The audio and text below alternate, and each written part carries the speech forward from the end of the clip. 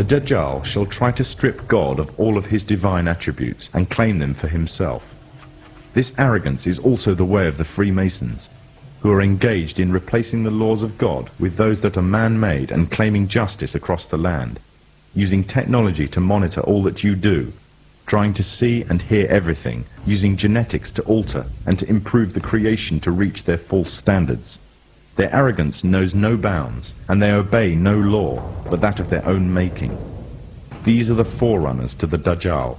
These are the Freemasons.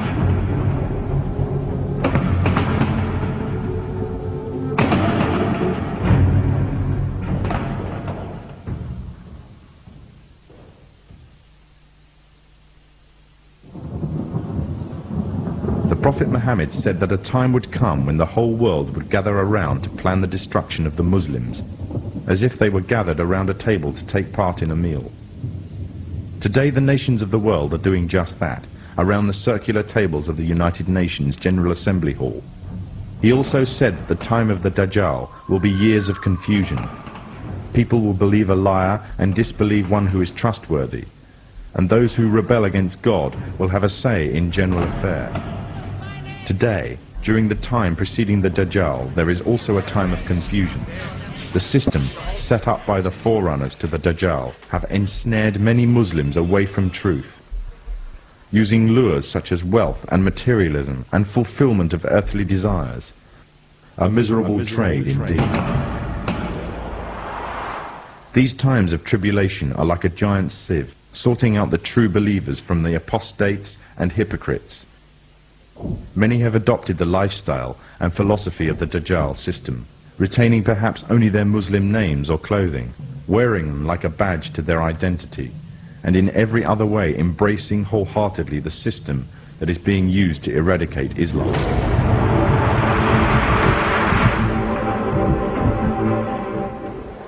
Embracing the same system that stood back and did nothing when pregnant Muslim women had their bellies ripped open by Serbs, killing them and the contents of their wombs. The same system that stands still whilst women and small girls are being raped in Kashmir. A system that stood still whilst mothers saw their children dragged away by soldiers during the night, never to return, simply because they spoke out against being refugees in their own homeland. And the same system that said nothing to the tyrant, that gassed women and children simply because he danced the Masonic tune. For those who choose this system, claim to love Allah and His Messenger, but hate what He has brought, leave the guidance that is Islam, and they adhere to the evil system of the Dajjal, living their lives in accordance with its rules, and seeking from it worldly rewards, disregarding the truth that is the laws of Allah. They are those who invite upon themselves the wrath of Allah. They came down to the side of the road by the thousands. And they had Kuwaiti flags, and some had American flags. The forerunners to the Dajjal have set up this system to destroy Islam, either directly, through military and economic coercion, or indirectly, using ideological warfare. They have divided and conquered, instilling diseases such as nationalism and racism into the heart of the Ummah. Their biggest fear is Muslim unity and revival of the message brought by the last prophet to mankind, and everything they do is geared to prevent this. They have manipulated Muslims, setting up and promoting divides. They have installed their own universal language, compelling all to learn or be shut out, and reducing Arabic to secondary and inferior language in society. And what they have used most to keep the Muslims at bay is oil.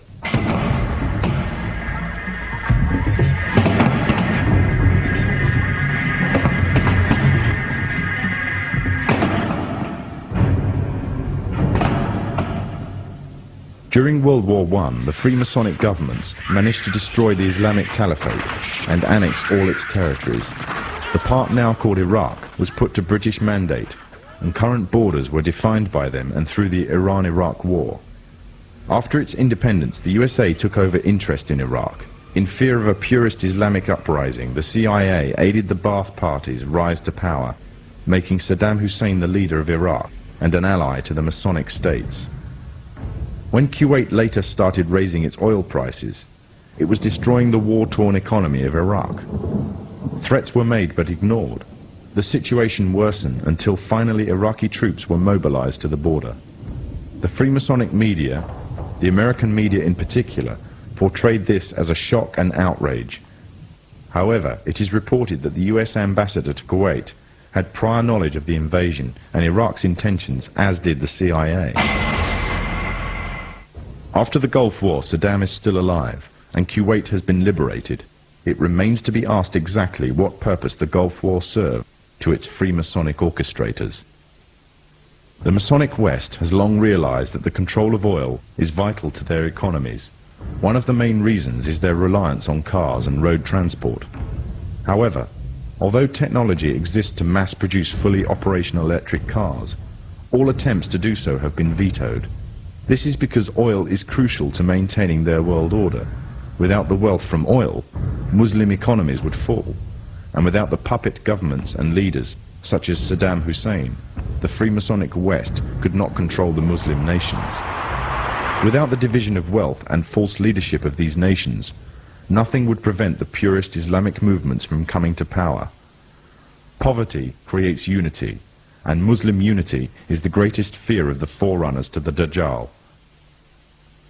The Gulf Wars serve many purposes: to promote Western unity, to create divides amongst the Muslim nations, to act as a testing ground for an entire arsenal of military weapons and cocktails of chemicals and drugs. But most of all, it served to ensure a strong military presence in the Middle East. The Dajjal has placed a strong hold in the very heart of Islam itself and laid a firm grip on the Muslim holy lands. But although they plan, Allah also plans, and Allah is the best of planners. The final victory will be with the Muslims.